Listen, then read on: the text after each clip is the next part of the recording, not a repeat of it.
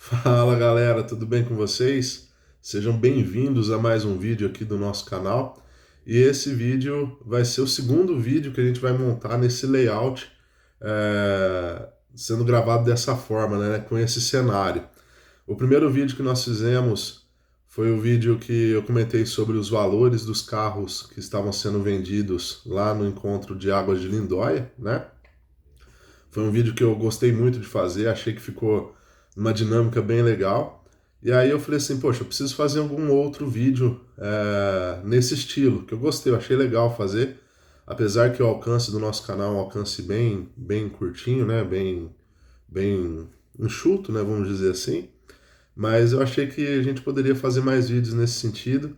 E aí me veio a ideia, né? Falei assim, poxa, por que a gente não pede para os nossos amigos, pessoal que nos acompanha, pessoal que nos acompanha no Instagram, fazer perguntas, tá? Então eu abri há 2 semanas atrás, eu abri uma caixinha de pergunta lá no Instagram. Quem não segue a gente lá no Instagram, procura lá, canal Velharia no Instagram. E abri lá para fazer perguntas. E já fazem 2 semanas que eu estou para fazer esse vídeo, até hoje não fiz, estou até com vergonha. O pessoal passa, me vê, né? Fala, e aí, as perguntas, né? Você não vai responder, não? Mas hoje eu estou respondendo, pessoal.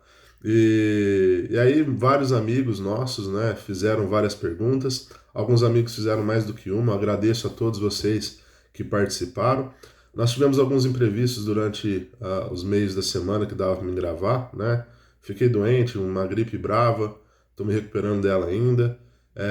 Tive um problema de conjuntivite, uma inflamação no olho, e não dava para gravar desse jeito. Então eu esperei ficar tudo certinho para poder fazer esse vídeo legal aqui para vocês, no qual a gente vai responder essas perguntas. Eu tô com meu notebook aberto aqui, tá? Porque o Instagram a gente acessa pelo celular, mas a gente está usando ele para gravar. Então eu tô com o notebook aberto aqui.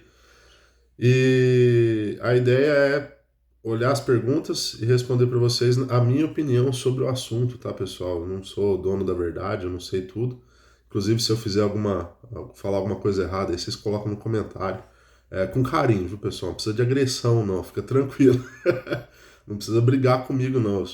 Eu só não sei a resposta, né? Às vezes acontece, tá? Então eu vou olhar aqui, às vezes, se for alguma coisa legal, alguma curiosidade bacana, eu vou aqui dar uma pesquisadinha sobre o assunto aqui no computador. Mas desde já, quero agradecer a todos vocês que participaram, mandando a sua pergunta, mandando a sua dúvida, e vou estar tentando responder elas agora aí para vocês, tá certo? Aproveitando a oportunidade aqui, ó, não sei se tá dando para ver aí. Ah, Isso aqui é a tampa da Vespa, do painel da Vespa. Mandei pintar, tava com alguns trincados, né? Mandei pintar, ficou bonita, tá até empoeirado um pouquinho aqui, mas ficou bonita. Agora só precisa montar e colocar a Vespa para funcionar, né? Isso aqui é a sinalização de ponto morto, né? O neutro, tendo em vista que a Vespa você troca a marcha aqui na mão, né? Legalzinho, né, pessoal? Tava aqui. Aproveitando que nós já tá aqui, né? Já mostra. Vamos lá, pessoal. Deixa eu pegar aqui a primeira pergunta. Pessoal, eu dei uma olhadinha por cima, tá? Não olhei pergunta, não pesquisei, porque senão perde a graça também, né? A gente, poxa, fazer a pesquisa antes de responder é chato, né? Então vamos lá. O nosso amigo Valdim, né, o Valdim perguntou aqui pra gente. Tô querendo comprar um Opala. Poderia me dizer os prós e contras ah, da compra aí? Vamos lá. Prós e contras do Opala. Eu acho que para comprar a gente vai ter uma dificuldade muito grande porque o mercado hoje está muito inflacionado, né? Você tem os valores dos carros muito altos, a manutenção é muito difícil, né? Assim, tá caro também de manter um carro desse, as peças, etc. As peças do Opala cresceram muito. A gente acompanha alguns canais, pessoal comentando, né, que hoje está mais caro algumas peças de Opala do que outros carros, por exemplo, né? Então, manter um Opala hoje é meio complicado. E você encontrar um Opala que esteja em boas condições no mercado também está difícil, porque eu vejo que esse carro ele foi um carro que foi muito reformado, mas infelizmente por pessoas que não tinham muito poder aquisitivo. Então levava naquelas bocas de porco e os caras reformavam de qualquer jeito, o carro ficava mastigado. Então tome cuidado, né? Quem for comprar um Opala, ou qualquer carro antigo, tá, pessoal? Que já foi reformado. Tente optar por aquele carro que tá caidinho, tá mastigado, assim, mas não teve reforma, não teve grandes intervenções, porque às vezes você não vai ter surpresa, né? Às vezes você compra um carro lá bonitinho, né? Você fala, vou comprar um Opala por 40 mil porque ele já tá reformado.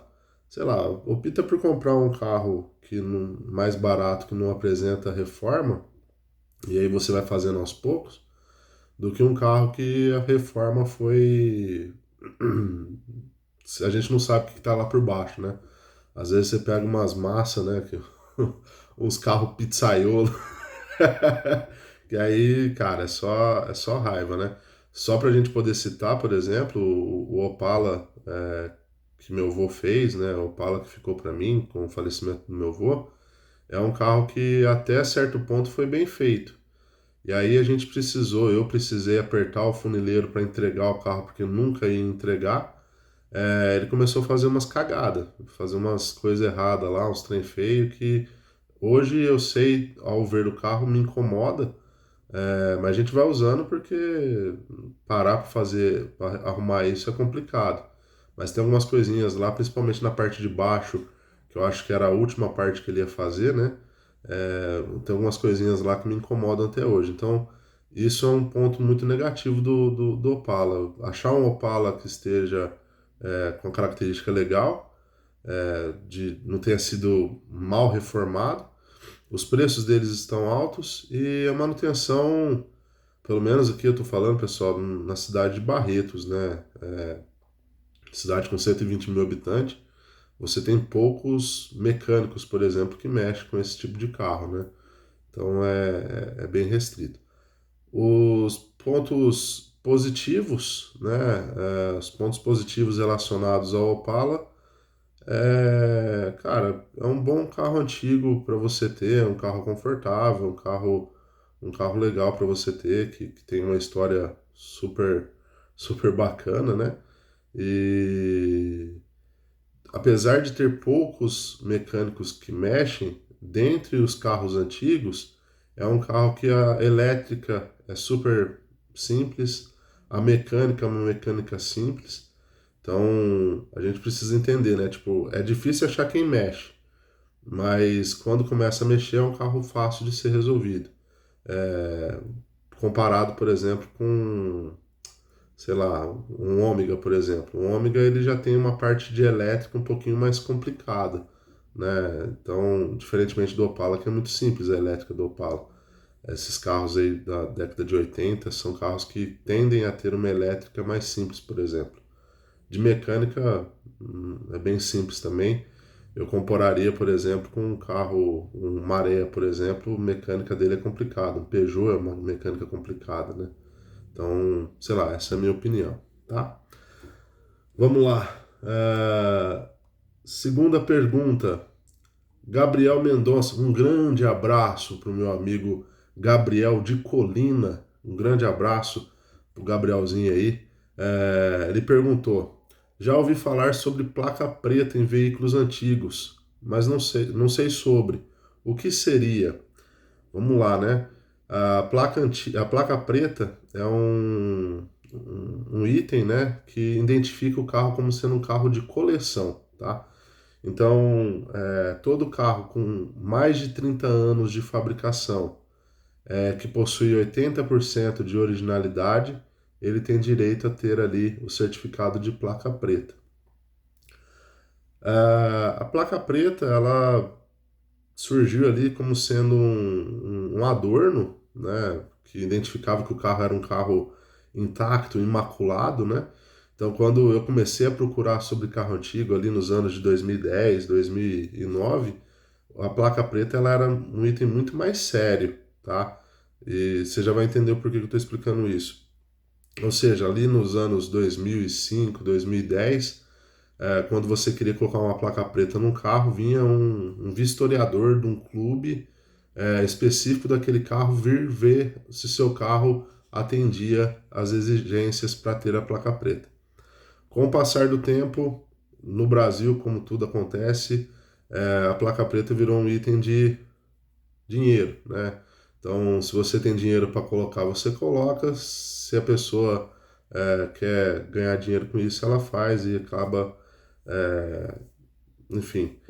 E a placa preta hoje, basicamente qualquer carro tem direito à placa preta, tá?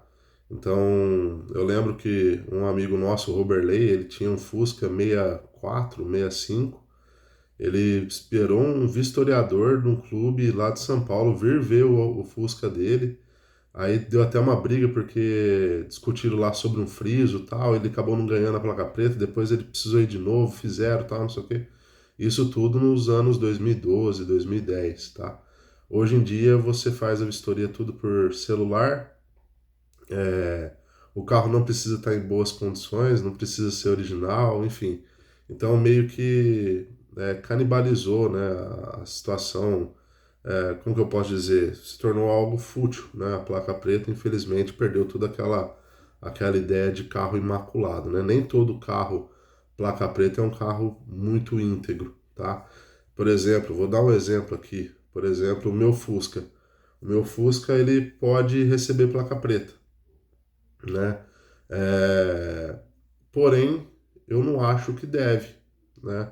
O meu Uno, por exemplo, ele é um Uno 94, ele pode receber placa preta.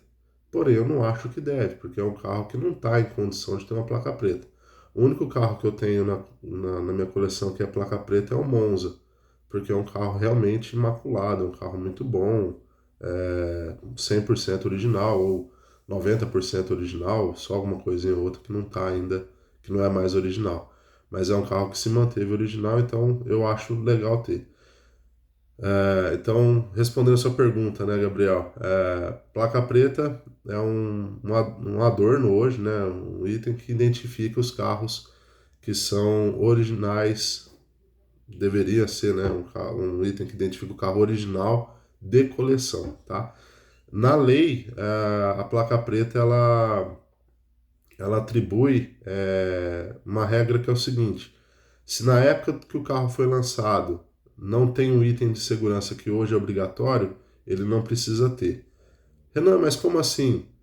Vamos entender o Fusca, por exemplo. O Fusca até 1970 sei lá, 76, 70 e alguma coisa, ele não tinha o retrovisor do lado do passageiro, do lado direito. É, Se ele tiver placa preta, hoje ele pode continuar não tendo o retrovisor do lado direito, tá? Então nenhum policial pode multar por causa disso. Acontece que na hora do vamos ver mesmo, ninguém multa, não tem problema com relação a isso. Nunca ouvi falar nada sobre essa situação. Mas vamos supor que, vamos falar, o extintor. Teve uma época aí que o extintor era obrigatório. Você lembra que teve aquela boom do extintor? Se na época que saiu o teu carro não tinha extintor de fábrica, ele não saía com esse item, ele tendo placa preta, ele não é obrigado a ter o extintor. Beleza? Então seria isso. Infelizmente, placa preta virou um. Eu fico chateado, porque você vê cada carro hoje em dia tendo placa preta, sei lá, o cara rebaixa carro, coloca roda, muda interior, põe painel, põe DVD no painel, põe não sei o que, corta, faz isso, corta, faz aquilo. E perde a ideia da placa preta, tá? Então é mais ou menos essa a ideia. Só mais um parênteses relacionado à placa preta, por conta dessa mudança aí, de toda essa regra aí que acabou acontecendo, hoje em dia a placa preta ela se tornou um item para qualquer carro de coleção, de qualquer item. Tanto é que tem a placa preta para carro original e tem a placa preta para carro modificado, tá? Então acabou perdendo, o que eu quero dizer é que acabou perdendo a ideia inicial da placa preta. É interessante falar sobre isso, capaz até me vem uma ideia de fazer um vídeo só sobre isso mais para frente. Lá nos Estados Unidos, A placa preta, pelo que eu ouvi falar, tá, pessoal? Nunca fui para lá, não tenho certeza sobre o assunto. A placa preta, ela é atribuída a carros de coleção e esses carros de coleção não podem nem andar na rua. Tipo assim, sabe? Se andar na rua é para ir de um ponto A a um ponto B para fazer um evento, participar de algum evento, alguma exposição, alguma coisa nesse sentido. Não pode ser carro de uso como acontece aqui no Brasil. Próxima pergunta. Nosso amigo Walter Bernardelli, meu grande amigo e professor Walter Bernardelli, ele perguntou, poxa vida, ele judiou na pergunta, né? Qual a média de consumo de combustível na cidade e estrada de um Dodge Dart 75? E qual o volume de combustível do Dodge Dart 75? Cara, não sei. Eu vou tentar. O Landau, ele faz ali, acredito eu, com 7 quilômetros na estrada. Eu acho que o Dojão deve fazer em torno disso, né?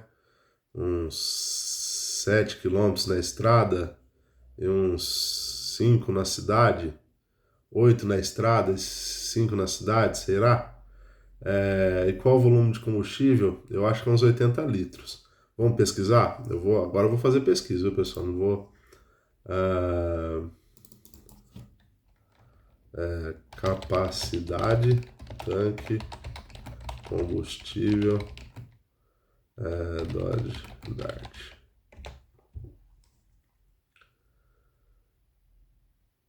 Ó, tá falando aqui Dodge Dart Coupé no ficha técnica aqui na Carros na Web. Aqui dá para confiar, né, nesse canal, nesse coisa aqui.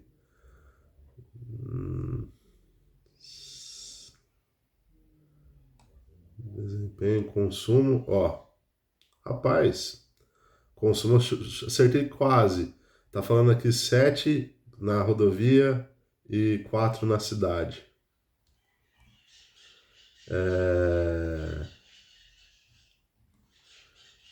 Cara, capacidade do tanque. Deixa eu ver aqui. Tanque. Tanque de combustível, 62 litros. Tem um negócio interessante, pessoal. Um grande abraço pro Walter Bernardelli.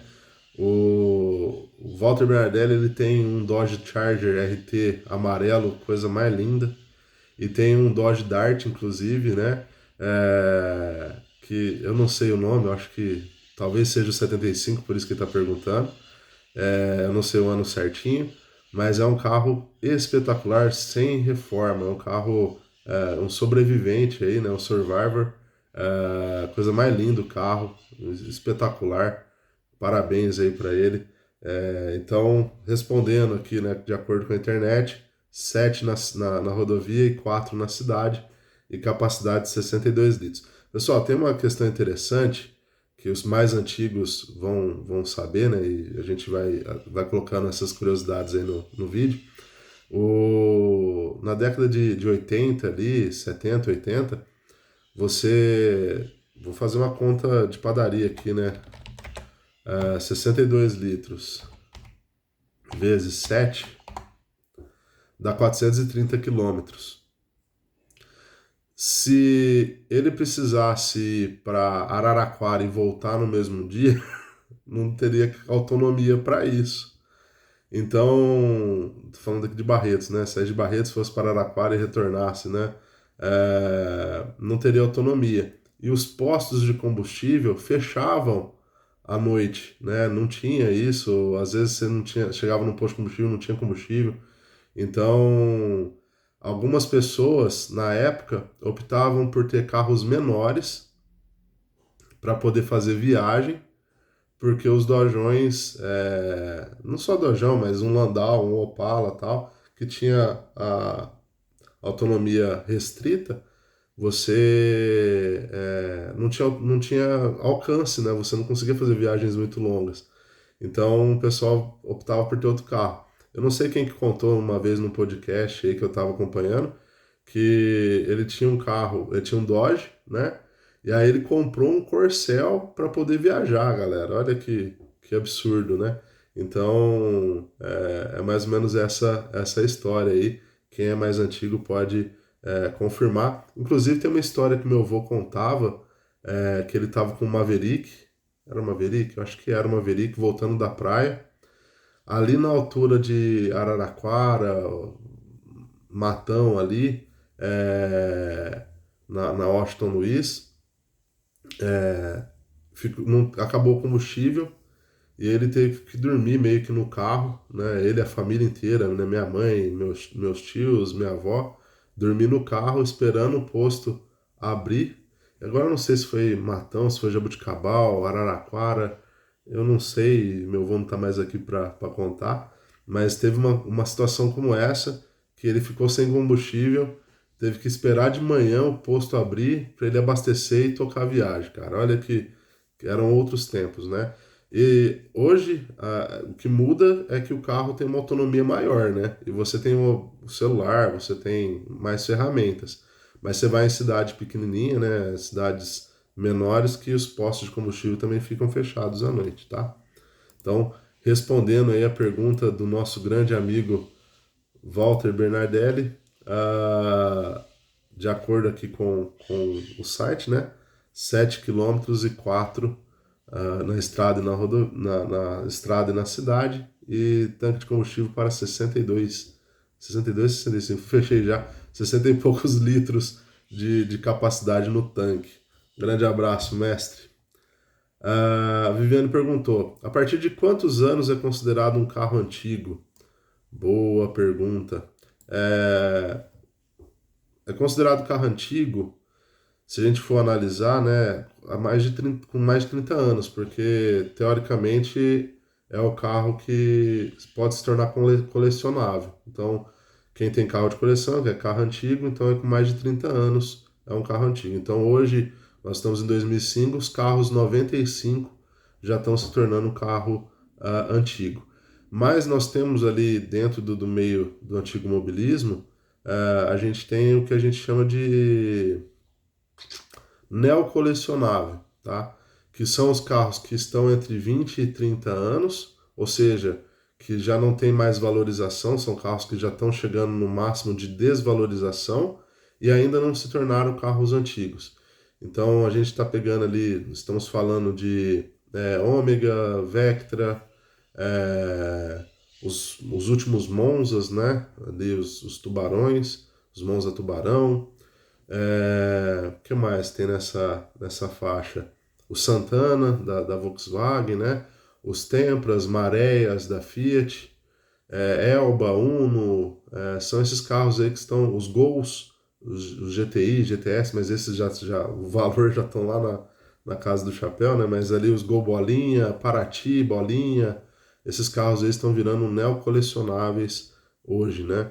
Quando eu comecei a mexer com carro antigo ali, os neocolecionáveis ainda eram os Monzas quadrados, né? O tempo passa muito rápido, pessoal. Se for ver, entre idas e vindas ali, eu já estou no meio dos carros antigos aí desde 2000, desde que meu avô me deu o Monza, né? Mas aficionado, procurando, buscando tal, desde 2011, 2012 que eu estou procurando, que eu estou correndo atrás. Foi quando mais ou menos eu comprei o Opala 72, né? Foi ali em 2012, 2013, então o tempo passa muito rápido, já fazem aí seus 13, 14 anos, né? Engenharia Barretos, Engenharia Underline BTOS. O que você acha do mercado automotivo atualmente? Cara, olhando assim o mercado automotivo como um todo, como eu falei, né, a gente tem duas épocas, né? Antes pandemia e depois pandemia, né? É, a AP e a AP depois, antes de Cristo, depois de Cristo, né? Antes da pandemia e depois da pandemia. Depois da pandemia, pessoal, os valores dos carros catapultaram, né? Então você tinha carros que dobraram de valor, triplicaram de valor, né? Eu vou falar um pouquinho mais dos carros antigos. Eu acho que teve uma grande ascensão de valor dos carros antigos. mas eu acho que eles deram uma estabilizada e uma pequena queda agora, né? Porque tudo, pessoal, é questão de oferta e demanda, né? Teve muita gente que comprou carro antigo que veio naquela febre, né? Que virou febre. Eu lembro que teve também na época da pandemia o pessoal da turma do pedal, né? Cara, bicicleta que você pagava R$ 1.000, ela tava custando quatro, né? Por quê? Porque na época da pandemia ninguém podia ir pra academia, podia andar de bicicleta, então todo mundo quis comprar. Fazendo uma analogia, os carros antigos também teve algo desse tipo, né? Virou um boom, todo mundo querendo comprar carro antigo, reformar carro antigo e tal. Só que, cara, o carro antigo, é até chato falar isso, mas não é para quem quer, é para quem gosta realmente, né? Porque às vezes o cara tem poder aquisitivo para ter, ele vai lá, compra o carro antigo, né? Aí o carro antigo fica encostado um mês, 2 meses, aí ele vai dar uma volta. Você tendo dinheiro ou não tendo, irmão, teu carro parado, ele vai sujar a vela, vai entupir o carburador, vai zoar o carburador. Você vai ligar, vai tá falhando, às vezes não liga, às vezes vai estar com pneu murcho, você tendo ou não tendo grana. Então, essa pessoa que às vezes comprou porque tem capacidade financeira, comprou por modismo, talvez, ele não gosta daquilo. Ele comprou porque achou legal, todo mundo tava postando foto disso aí, né? Então, o carro antigo tem que gostar de ter, né? Então, só voltando, né? Essa pessoa provavelmente chegou um momento que ela se desfez desse carro e aí você acaba tendo essas variações no mercado. Eu acho que os valores dos carros antigos ainda estão relativamente altos, mas a tendência é essa, né, galera? Eu não posso falar que, em 2018, um Opala você pagava 10 mil, e achar que hoje você vai pagar os mesmos 10 mil no Opala. É oferta e demanda, né? Quanto mais oferta, menor a demanda, você tem uma consequência no mercado e o valor diminui ou aumenta com relação a isso, né? Se você tem muito carro para ofertar e pouca procura, os valores caem e assim por diante. Então hoje eu acho que você ainda consegue achar alguns carros antigos num valor interessante. Eu acho que vai seguir aí uma estabilidade justamente por conta de critérios econômicos que o país está passando, tá? Acho que eu respondi. Felipe Abdu, tenho o sonho de ter um Opala 74. O que você me fala sobre ele? Em média, quanto gastaria?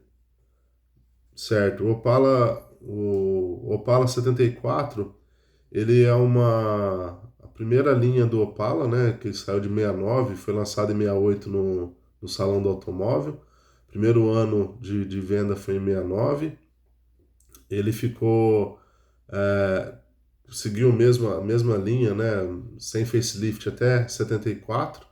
Em 75 ele ganhou o primeiro facelift, né, mudou a frente, mudou a traseira, virou aqueles faróis redondos. Até 74 ele era aquele farol de quina, né? Então o pessoal chama de rabo de peixe, mas que rabo de peixe não tem nada, né? É uma quina, né? Aquele farol quadradinho na quina. Cara, é um dos Opalas mais raros, me entenda bem, tá? Se você pegar um Opala Collector 92, é um Opala raro, tá? Mas eu tô falando assim, dos Opalas, do modelo como um todo, são dos Opalas mais raros, mais difíceis de achar, por conta da idade, tá? Então, é um carro que não se vê mais facilmente esse carro. Então, vai ser um carro difícil de você encontrar. Agora, questão de valor e quanto gastaria vai variar muito de carro para carro, tá? Eu não vou chutar valores aqui, mas depende, por exemplo, esses Opala 70, até 74 é raro ali, 74 você encontrar ele quatro portas, né? Ou um modelo mais de luxo, etc. São carros mais raros. Então, você vai ter ali uma dificuldade um pouquinho de encontrar eles, e aí vai do estado de conservação, né? Então, você tem que olhar, vai depender do modelo, né? Isso vai deixar o carro mais caro ou mais barato, e o estado de conservação. Tome cuidado, como eu já respondi anteriormente, né? Opala ele foi um carro que foi muito mal reformado, tá? Então às vezes você encontra um carro na internet, vai lá ver o carro tá maquiado, né? Bonito, vistoso, mas aí você vê que é uma reforma de pouco tempo, esse carro tem grande chance, se você não souber da procedência dele, é um carro que tem grande chance de daqui 6 meses estourar tudo, as massas, e você tem que refazer o carro inteiro, tá? Outra coisa muito rara nesse carro são os frisos. A parte de friso desse carro ficou muito caro. É uma parte que encareceu muito justamente pela dificuldade de encontrar essas peças. Então, se for optar por um carro que esteja baleado de lataria, mas que pelo menos esteja com os frisos bons ou completos. Tenha os frisos, tenha uma grade, tenha o farol traseiro, né, lanterna traseira, desculpa. Então, são coisas que você tem que analisar antes de comprar, tá certo? Agora, o valor para reformar, cara, varia muito do que tem que fazer, de como que o carro está, aonde que você vai fazer, é na região de Barretos, é na região de Rio Preto, é na região de São Paulo, que tipo de funileiro vai fazer, o pizzaiolo ou não, né? Então é bem complicado, tá? Então boa sorte aí na procura do Opala, tá? É um carro, eu acho que dos Opalas eu sou muito eu sou muito apaixonado por essa linha de Opala. Os Opalas até 74 eu acho que são os mais bonitos que teve, né? E depois vem os 92. Então eu sou apaixonado por esse modelo de carro, mas tem esses pormenores. É um carro difícil de encontrar e tem que ficar meio ligeiro no que peça que tem, que peça que está faltando. Esses carros aí você não precisa se preocupar tanto com mecânica, tá? Então, vai comprar esse carro, a mecânica é o de menos, porque qualquer peça de qualquer outro Opala serve nele. Agora, friso, a parte da tampa, capô, né? Como é que tá o capô do motor? É difícil de achar aquele capô, porque é um capô diferente, né? Você vai para a parte de trás, aquela chapa traseira ali, como é que ela tá, como é que tá a condição dela, é bem específico aí, tem que tomar muito cuidado, tá bom? Boa sorte aí. Juan Machado. Como o primeiro carro, seria loucura se aventurar com Mazda MX-3? O que acha desse? Cara, Mazda MX-3. O Mazda MX-3 é aquele dos carros, né? Que tinha aquelas gêmeas que piscavam o farol, né? Cara, Mazda MX-3, cara, eu nunca vi. Eu acho que eu nunca vi aqui em Barretos. Se eu vi, foi muito, muito raro, cara. Mazda MX-3. Deixa eu só ver se é esse mesmo que eu tô pensando. Eu tinha fechado. Mazda MX-3. Coupé esportivo compacto produzido pela Mazda entre 91 e 98. Ó, cara, é esse mesmo que eu tava pensando, né? Mas talvez não seja dos carros, não. Cara, que legal, velho. Eu não... O Badola tem um desse. O Badolato tem um desse. Ele fala que usou muito, né? Quem não conhece Alexandre Badolato, colecionador, ele tem um desse, usou muito em São Paulo, carregando peça de carro, ele fala, né? Mas eu nunca vi. Cara, eu não sei de onde você aqui em Barretos, negativo. Aqui em Barretos você não acha, né? Deve ser terrível achar no mercado isso aí, né? Então, não vou saber te falar. Esses carros, esses carros aí, eu acho que o ponto calcanhar de Aquiles dele deve ser a parte elétrica, né? Eu tô falando desconhecendo totalmente aí a ideia, né? Porque deve ter De lata, porque assim, quando a gente olha carro, né, a gente vê a parte de motor, lataria e elétrica. Motor da Mazda não deve ser problema, mas e lataria também não, porque eram carros com tratamento de lataria muito bom, né? Diferentemente dos anos 80 e 70, que não tinha tanto tratamento na lata, esses carros da década de 90 ali são carros muito bons, né? Por exemplo, você não vê Vectra podre, por exemplo, né? Você vê Vectra amassado, baqueado e tal, mas podre não, né? Então, boa sorte aí na sua busca, Juan. Aqui em Barretos você não vai achar. Vai ter que ir pra fora, cara. E eu acho raro, hein, velho? Nunca tinha visto, não. Se você conseguir aí, manda pra gente aí. Vamos combinar de fazer um vídeo, né? Boa sorte, boa sorte. Minha mãe mandou mensagem, olha que bacana. Sheila, gostaria de saber sobre máquinas de costura. Ê, mãe, cada uma que você me arruma, hein? Máquina de costura. Isso aí, ela deve estar me cutucando, negócio de máquina de costura, porque eu fiquei de restaurar a máquina de costura que era do meu avô. E eu não fiz, até eu não fui atrás. A máquina de costura tinha da Singer, tinha algumas outras marcas que agora eu não vou lembrar. Eu sei muito pouco de máquina de costura, mas tem uma situação que eu lembrei aqui agora. Teve uma vez que a gente foi em Catanduva com o Guilherme Francischini para poder ligar. Fomos lá no aeroporto que tinha que resolver algumas coisas do aeroclube, alguma coisa de aviação e tal, né? E a gente no caminho para ir para o aeroporto, nós paramos lá em Catanduva, tinha uma esquina, era meio que uma bifurcação, assim, um triângulo, é, que tinha. Ai meu Deus, que tinha. Era tipo um ferro velho. Mas o cara tinha tanta coisa legal lá, cara. Tinha muita peça de carro, né? Calota, tinha muita calota. Ele tinha um Fordinho 29, a estrutura do Fordinho 29. Peças de armas da segunda Guerra Mundial, da Guerra Constitucionalista que teve aqui no estado de São Paulo, né? São Paulo e Minas, né? Ah, nossa, agora me fugiu o nome, né? Aquela guerra que teve. Enfim, ele tinha muita coisa, bala. Ele não mostrou arma pra gente, mas as balas, ele tinha capacete, uniforme, tinha muita coisa, muita coisa, muita coisa.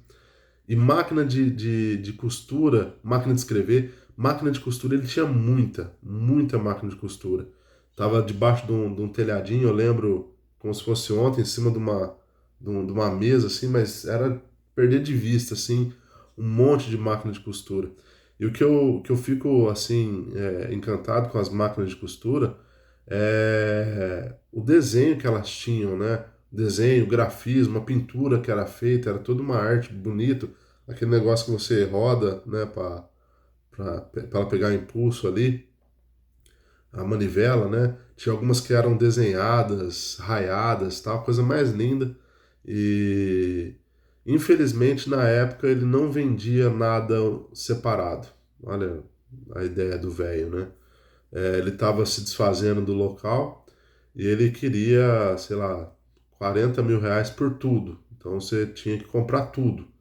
Você pegava lá e comprava de porta fechada lá, colocava no caminhão e levava embora. Uma pena, né? Porque se ele vendesse picado, né? Eu compraria algumas coisinhas que o dinheiro dava também. Isso já foi no longínquo ano de 2014, 2015, talvez, em torno disso, né? Hoje já não existe mais esse lugar lá em Catanduva, não existe mais. Quem é de Catanduva que acompanha a gente vai saber disso, né? Ela também mandou: meu pai tinha um Maverick, né? Faz parte da minha infância. Gostaria de saber mais sobre o Ford Maverick. O vô, ele tinha um. O vô, né? O pai da minha mãe, ele tinha um Ford Maverick verde metálico, né? Que ele contava muito desse carro. Ele comprou esse carro Em São Paulo ou Ribeirão? Não, ele comprou esse carro em São Paulo, se eu não me engano. Era de um gerente de uma agência lá. Ele tinha comprado para a esposa, só que a esposa não tinha gostado do carro e tinha devolvido na agência. E aí ele foi lá e comprou esse carro. Tinha pouquíssimos mil quilômetros, tinha, sei lá, coisa de 10 mil quilômetros. O carro estava zero, zero, zero. Era uma Maverick duas portas, 74, eu acho. 1974, duas portas, é, verde metálico, seis cilindros, câmbio na coluna, né? Então, uma Maverick ele saiu 4, 6 e 8 cilindros, né? O V8 302. Esse motor 6 cilindros, se eu não me engano, a Ford pegou do Jeep, da Willys, né? Então era o mesmo motor e câmbio dos Willys, que foi para o Maverick. Então o câmbio na coluna era de quatro marchas, diferente, por exemplo, do Landau, que era um V8, que era de três marchas na coluna. Meu avô ficou com esse Maverick muito tempo. Ele contava que viajou muito para a praia com esse Maverick. Então, no banco de trás ali, ele criou fez uma banquetinha, né? Fez um avanço do banco de madeira, colocava umas almofadas lá. Aí minha mãe e meu tio, né? Que é o irmão do meio, dormindo. Ainda não tinha minha tia Beth, a caçula. Então ia minha mãe e meu tio dormindo no banco. E eles iam para a praia, né? Desciam para a praia. E aí descia meu avô com o Maverick e o irmão dele, o tio Jaime, descia com a Caravan.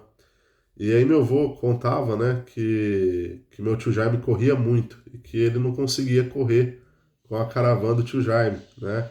E a Caravan do tio Jaime ainda tinha um adereço a mais. Ele ia com uma carretinha. O tio Jaime descia com a caravana lotada, cheia de gente, cheia de badulaca, e colocava uma carretinha ainda para colocar as coisas do camping, porque eles desciam para a praia de Bertioga, pegava a balsa, tudo, que na época não tinha aquela Mogi Bertioga, né? Então eles desciam para a serra, pegava a balsa até Bertioga e iam acampar na colônia de férias do Sesc, acho que é do Sesc, lá em Bertioga. Então, ele contava muito essas histórias, até inclusive tem uma fotografia que pegou de surpresa aqui. Eu poderia ter corrido atrás da fotografia, mas um dia eu mostro para vocês a fotografia do Maverick na barraca, né?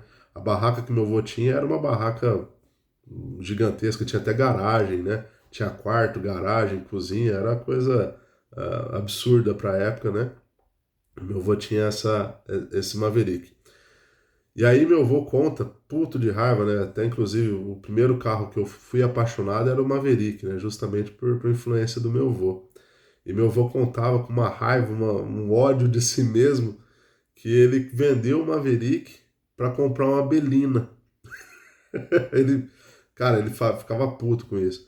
Ele falou assim: eu vendi o Maverick para comprar uma porra de uma Belina podre, tudo podre a Belina tava. E ele contava essa história com uma raiva gigantesca, né? De arrependimento de ter vendido Maverick.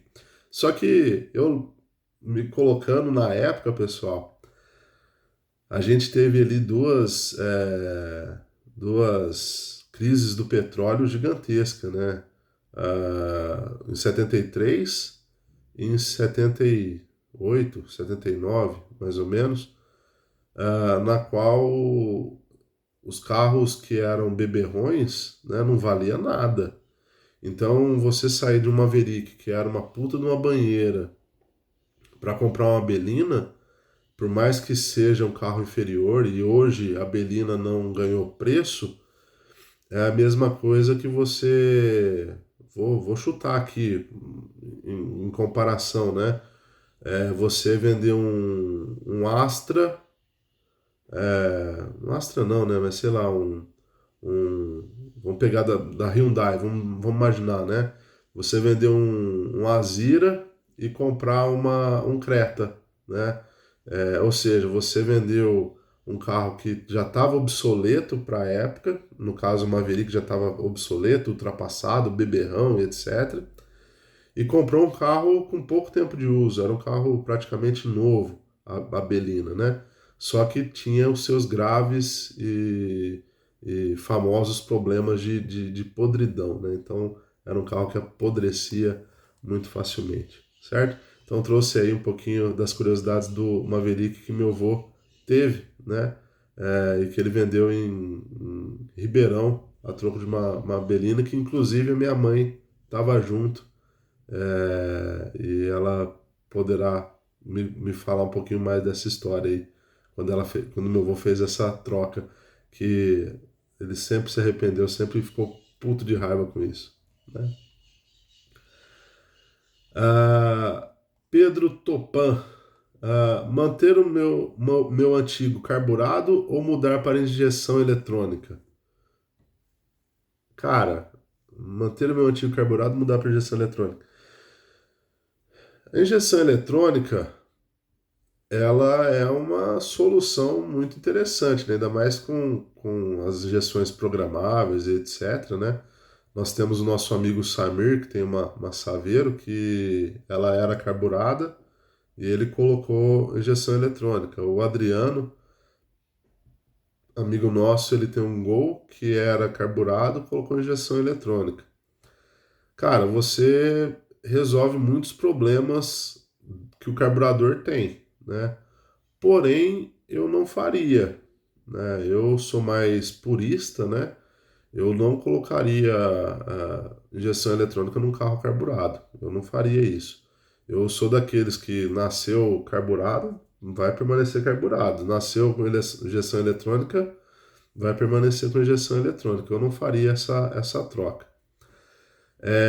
Uma coisa que eu faria e quero fazer ainda, não tive oportunidade, né, de fazer. Por exemplo, o meu Fusca, ele é carburado, mas tem platinado, né? Ele não tem ignição eletrônica, então eu quero trocar para ignição eletrônica. Então, tirar o platinado, que é o sistema mecânico que projeta faísca para o motor, e colocar uma ignição, ou seja, um equipamento que faz a faísca ser projetada para o motor de maneira eletrônica, né? Então eu faria essa troca, tá? Agora, mudar de carburado para injeção eletrônica eu não faria, tá? Eu não. Tem que ver o carro também que você vai fazer, tá? Não é nem todo carro que dá. Por exemplo, fazer isso num Gol, na linha AP, ela é até simples de fazer porque você compra o kit de um Santana, um carro já com injeção eletrônica, você coloca ali e resolve o problema. Agora, pegar um carro, por exemplo, o Fusca, para você colocar injeção eletrônica no Fusca, você tem que trocar desde o cabeçote, porque não é todo cabeçote que aceita os bicos. Então tem todo um problema a mais que não vem ao caso, não compensa, né? Por exemplo, meu Monza seria fácil colocar injeção eletrônica, né? Porque saiu Monza com injeção eletrônica. Então você faz uma adaptação rápida ali, coloca uma Fueltech, uma Pandu ali, que é uma injeção programável, e você resolve o problema.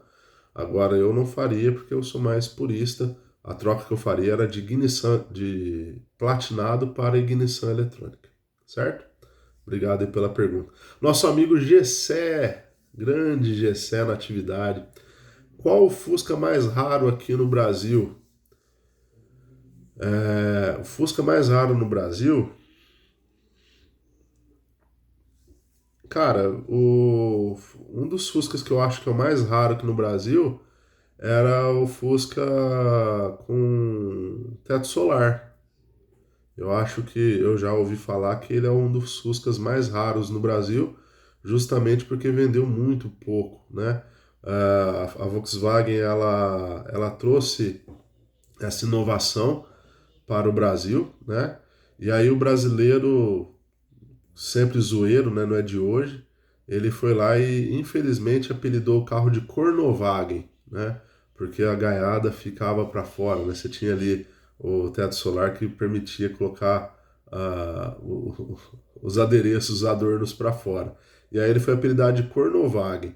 Isso fez com que as vendas dele fossem ridiculamente pequenas.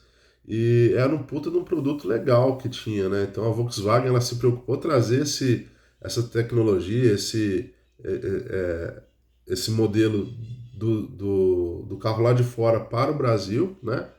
E aí o brasileiro optou por fazer essa zoeira e naquela época propagou tanto que todo carro na rua era ridicularizado como sendo Cornovagen. E aí então foi um carro que foi pouquíssimo feito, né? Pouquíssimo vendido.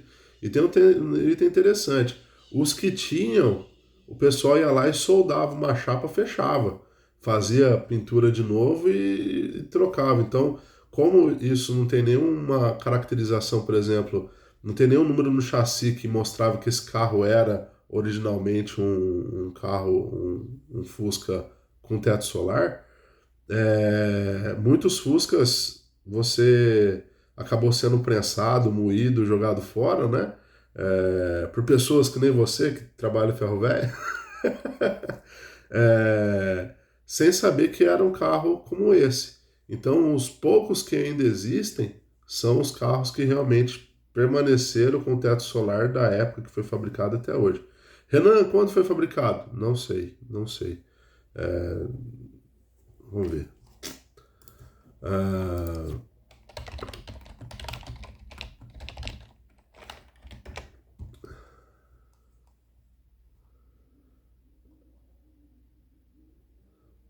o Fusca com teto solar aqui fala que foi em 66, né?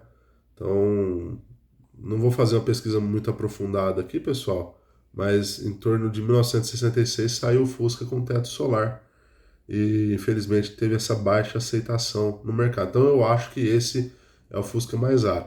Tem outros Fuscas que ganharam um preço gigante, né? Então aquele split windows, que é a janela lá atrás separadas, mas não era um carro fabricado aqui no Brasil, era um carro feito em regime CKD, né? Feita pela Brás Motor. Então, o Split Windows e o Oval, eles vinham da Alemanha eles chamam de Complete Knocking Down, né? CKD. Ele vinha desmontado, vinha para a fábrica da Brás Motor, no Ipiranga. Eles soldavam o carro, montavam o carro, etc. Então ele era montado aqui no Brasil, né? A partir de 53, talvez. Vamos lá, vamos ver também, né? Início, produção, Fusca no Brasil. Ó, que isso, hein? A produção do Fusca no Brasil teve início em 1953, com a montagem de modelos importados.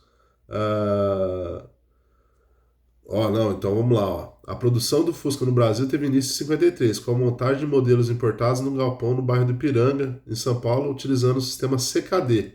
A produção nacional efetiva com componentes fabricados no Brasil começou em 3 de janeiro de 59, na fábrica da Volkswagen em São Bernardo do Campo. Viu, pessoal? Não tenho total conhecimento, isso aí eu pesquisei, tá? Foi informação da internet. Então, esses primeiros carros aí, realmente, eles são muito raros. E um carro que pegou muito valor ultimamente, né? Foram os Fusca Itamar, né? O Fusca Itamar cresceu o valor absurdamente, né? Acredito eu, por ele ser um carro bem ajustadinho, né? Bem feitinho. O G7 me pergunta por que o Opala mudou o capô. Por que o Opala mudou o capô? O Opala ele mudou o capô, ele saiu em 1970 1968 foi apresentado, em 69 saiu para venda, né? E foi até 74 com o capô abrindo na frente, assim, né? Então você tem o carro à frente do carro, né? E ele abria a frente convencional, como qualquer carro de hoje em dia, né? A partir de 75, no primeiro facelift, o capô abria ao contrário, né? Então eu atribuo essa mudança de abertura do capô à possibilidade de abrir em alta velocidade. Não vejo outro porquê. Eu também não vou saber te falar o porquê que fez essa mudança. Eu acredito mais que seja por questão de, talvez, de segurança, né? Que talvez as travinhas naquela época era vagabunda, né? Lembrando que o Maverick e o Dodge, eles abrem de maneira convencional. Só o Opala que abria, ao contrário, o capô do motor. O pessoal do Rodas no Trilho mandou mensagem, né? Top esse canal, tem muito conteúdo importante para os amantes de carros antigos. Um abraço, muito obrigado aí pro pessoal do Rodas no Trilho, o tio Walter, o William, né, o pessoal lá de Votuporanga. Quem quiser saber mais de trem, pessoal, que gosta da ferrovia, que é amante da ferrovia, considere seguir aí o canal Rodas no Trilho. O pessoal tem bastante vídeo lá, bastante coisa bacana para vocês lá. Dá um pulinho. Rodas no Trilho, o canal deles, show de bola. O Guilherme Dauchas, ele fez uma pergunta sem vergonha aqui, né? Um grande abraço pro Gui aí. Como faz para tirar a folga da direção da Kombi? Como faz para tirar a folga da direção da Kombi? Cara, tem algumas coisas no mundo que não mudam, né? Uma delas é a folga da direção da Kombi. Eu sei que para Fusca o pessoal tem adaptado a caixa de direção do Monza. Agora eu não sei se para Kombi dá certo, tá? Então, ao meu ver, né, não tem muito o que ser feito, não. Eu sei que para Fusca o pessoal adapta, né, a caixa de direção do Monza, aí fica bem firminho, eu acho que até esterça um pouquinho mais, mas para Kombi realmente é um problema crônico, né? Porque teoricamente a direção da Kombi você tem várias engrenagens, né? Porque imagina, você tá aqui na frente e o eixo tá atrás da sua cintura aqui, né? Atrás das suas costas, né? Você tá sentado em cima do eixo, teu volante está na frente. Então, como é que você faz essa transmissão para trás, né? Você tem bastante jogo de engrenagens e isso faz com que o sistema seja bem folgado, né? O Valdir mandou: quero ter um carro antigo. Qual o melhor para eu poder começar? Cara, qual que é o melhor para você poder começar? Eu acho que é aquele que cabe no seu bolso, né? O pessoal até comenta, né? Ah, devo começar com Fusca? Cara, o Fusca hoje em dia já não é mais um carro de início no mundo dos carros antigos, né? Porque é um carro que, novamente, ficou difícil de ter mecânico que mexe, né? Não é todo mecânico que gosta de mexer. Ele é um carro que é muito beberrão, ele é um carro que não dá para, não tem muito espaço para fazer uma compra, etc. Então, às vezes, você vai se frustrar um pouco com esse carro. Eu, talvez, se fosse para poder escolher um carro para começar no mundo dos carros antigos, eu optaria por um Gol, ali um golzinho quadrado, né? Ou até mesmo um bolinha com alguma série especial, né? Optaria talvez por um Uno, né? O Uno tem aquele modelo Uno R, por exemplo, que é um modelo mais bacaninho, esportivinho e tal. Optaria talvez por um Monza, né? São carros que eu acho que tem um apelo é, de primeiro carro de carro antigo, né? Um carro que você vai conseguir. É um carro robusto, mecânica barata, um carro relativamente econômico. É um carro que, se você precisar, vamos falar, se o seu carro principal quebrou ou você só vai ter ele como sendo um carro antigo e carro do dia a dia, é um carro que continua atendendo normalmente. Então, Monza, Uno, Gol, qualquer um deles, uma Paraty, é, Vectra. O Vectra é um pouquinho mais chato, questão de manutenção, um pouquinho mais caro. Mas seriam carros que eu aconselharia para poder começar aí, que ainda assim, né, você ainda pode ter ele como sendo um carro antigo e sendo o carro do dia a dia, né? Ele consegue conciliar bem esses dois mundos. Diferentemente do Fusca. O Fusca, ele é mais restrito, né, galera? Não tô falando mal do Fusca, eu tenho um, não é isso. Mas é um carro um pouquinho mais melindroso ali, chato. Tipo, não é ágil, não é beberrão, não tem espaço. Então, às vezes, você vai sair para passear com a família, a esposa vai encher o saco. é, Enfim, né? Às vezes você tem um carro mais desses neocolecionáveis que a gente comentou agora há pouco no vídeo, né? Seja mais interessante para você começar no mundo do carro antigo. E aí você não pega raiva, né, galera? Porque assim, ó, você pensa bem antes de começar. Porque depois que você começou, aí, velho, aí já era, né? Se tivesse uma Chevy 500, levaria pau até em Tupi ou ferro até em Juá? Meu amigo Oswaldinho, eu parei de fazer frete, cara. Então eu não tô sabendo. E até, inclusive, se eu tivesse uma Chevy 500, eu não ia mexer com isso, né? Ia deixar ela bonitona para passear no domingo, né? Colocar uma bicicleta antiga na caçamba. Não ia ficar carregando pau, não, cara. Até não é meu forte, tá? Obrigado pela pergunta. Ana Júlia, minha irmã, mandou aqui, ó. Tinha algum acessório que hoje parece bizarro, mas na época era comum? Tinha na década de 50 existia um acessório que era um retrovisor, que de um lado era o espelho e do outro lado era um farolete. Então o motorista ele tinha ele como farol auxiliar, às vezes para entrar em algum lugar, isso na década de 50 lá nos Estados Unidos. Eu acho meio bizarro isso.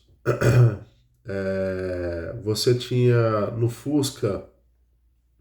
Fusca ele tem vários adereços, né? Ele tinha o Fusca tinha um kit que você comprava que ele tinha meio que uma entrada forçada de ar. Você instalava no vidro do passageiro, você fechava o vidro, ele tinha meio que ele pegava o ar de fora, né? E jogava para dentro do habitáculo. O que mais? Ah, deve ter mais coisa, né? Coisa estranha, né? Uma coisa que já não se vê mais nos carros de hoje em dia é o acendedor de cigarro. Por exemplo, algo que antigamente era normal, hoje já é bizarro. Você pegar carros ali, por exemplo, o Uno, o Vectra tem acendedor de cigarro, né? Você aperta ele, ele esquenta a resistência e serve para acender cigarro. Se você pegar hoje em dia, o buraquinho lá do acendedor de cigarro virou uma tomada de força, né? Para você colocar um carregador, colocar algum dispositivo no carro. Então, antigamente tinha um acendedor de cigarro, né? Porque se a gente pegar a década de 70 e 80 era comum o pessoal fumar, fazer uso de cigarro, né? Antigamente os carros eram mais bonitos mesmo ou só nostalgia?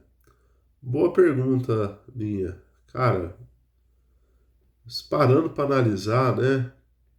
Hoje tem uns carros bonitos, né? Você tem alguns carros aí, por exemplo, um carro atual que eu sou apaixonado é o Civic, né? Aquele Civic, não é essa geração agora que mudou, né? Mas o Civic da penúltima geração eu acho um carro lindo. O Cruze eu acho um carro bonito. As BMWs eu acho que são carros bonitos. Se você parar para olhar, por exemplo, sei lá, as caminhonetes, né, as Rangers, S10, Silverado e tal, são carros que são muito bonitos, que eu consigo apreciar, eu acho muito bacana. E até mesmo você pegar a parte de farol dos carros de hoje, né, um Onix, um carro mais popular, que hoje não existe mais carro popular, né, mas um carro mais simples hoje, carro de entrada. São carros que são bonitos, né? A parte de farol, você olha para dentro, todo cheio de luzes, etc, né? Então, se olhar nesse aspecto, sem clubismo, né? Sem puxar sardinha pro meu lado, eu acho que são carros bonitos. Mas uma coisa que antigamente mudava muito é que as linhas dos carros de hoje estão muito iguais, diferentemente dos carros antigos, né? Os carros antigos, cada um era de um jeito, cada um tinha uma característica, etc. Eram poucos que eram iguais, né? Ou parecidos. A maioria tinha cada um você passava a olhar, você, não, esse carro é tal carro, ó, esse carro é tal carro. Você tinha uma identidade, né? Hoje, se você estiver na rua e passar 10 carros, às vezes você nem repara na diferença entre um e o outro. E ser bonito ou não é um critério de opinião, né? Eu acho os carros antigos com a parte de frisos, desenhos, robustez e tal, são carros mais bem acertados, mais bem fluidos do que os carros de hoje em dia. Então, eu acho que os carros antigos são mais bonitos por conta disso, né? Você pega carro putz, da década de 50, cara, cada carro maravilhoso, né? Você pega os Dodges da década de 70, os Mustangs, sei lá, os Jaguar, são carros, meu, maravilhosos, né? Então eu acho que é mais em torno disso, tá? Ela pergunta também qual carro dos anos 90 já pode ser considerado clássico.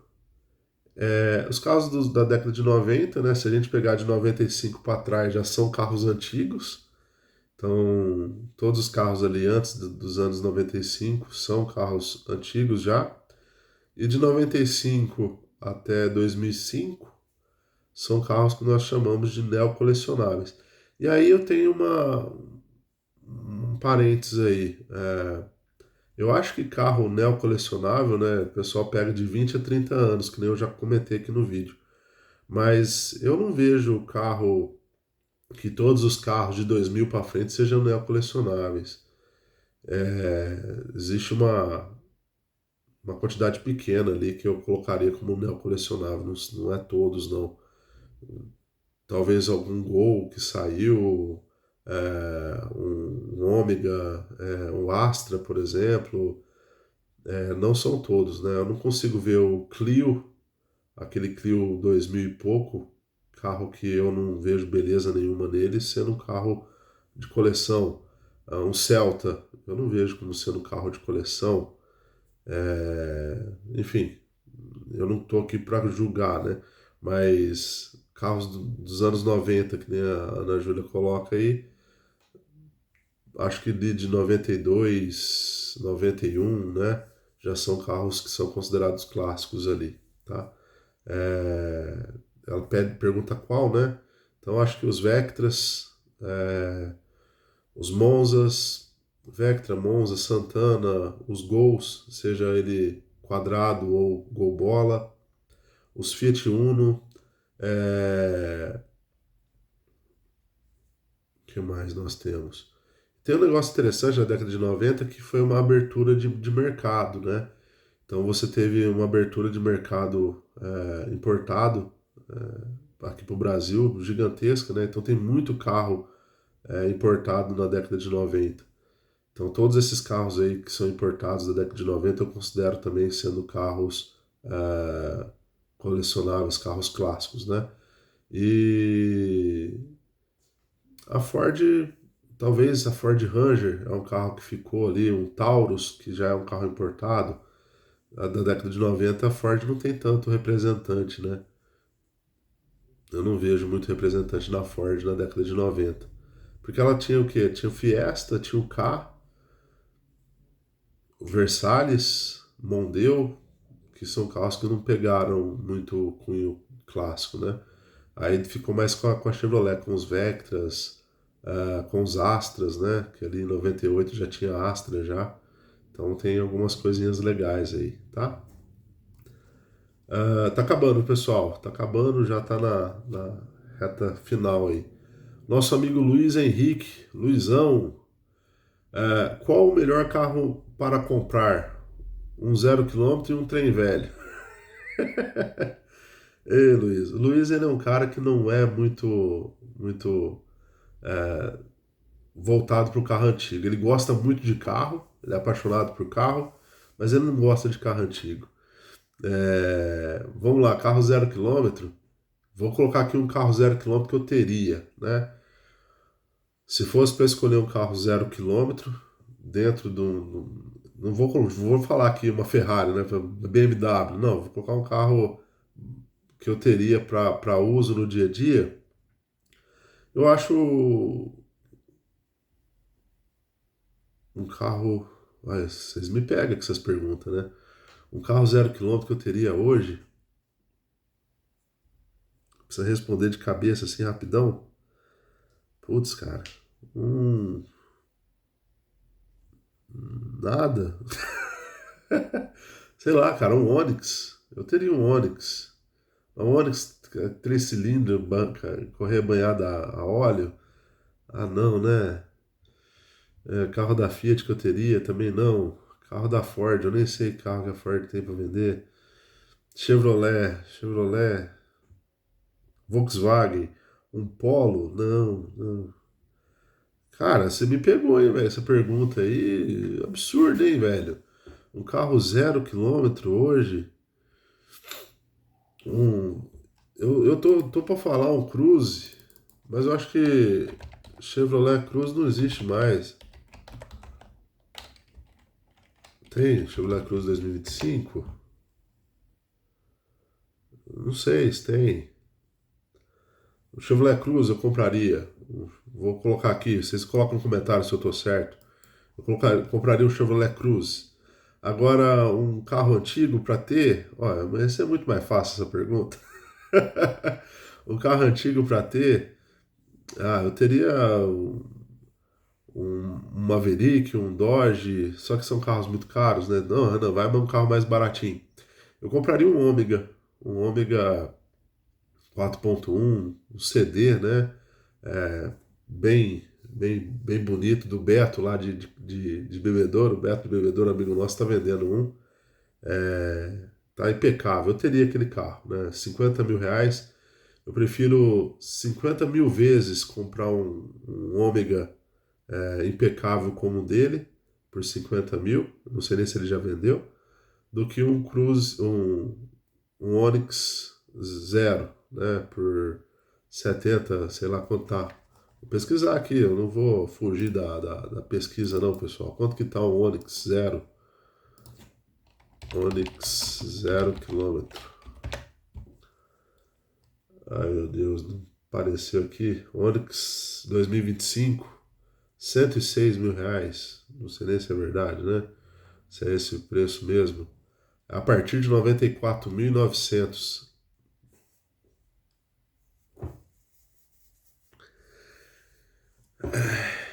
Nada contra, viu, pessoal? Mas nada a favor. Não compraria um carro zero. Nem. Então fica aí, ó. Sem tarará no Onix. Eu acho o Onix um puta carro, cara. Eu já tive a oportunidade de andar. O meu tio Walter lá de Votuporanga tem um Onix. Carro super honesto, muito bom. Puta, econômico pra caramba. Faz 15 km com litro de álcool, cara. Né? É um absurdo. Mas eu teria um Ômega e a diferença entre valor eu gastava com manutenção e gasolina. Então, vamos lá. O Arnaldo Baldini. Renan, você está comprando peças para revender? Um grande abraço para o nosso amigo Arnaldo. É, Saudade dele, faz tempo que não o vejo. Você está comprando peças para revender?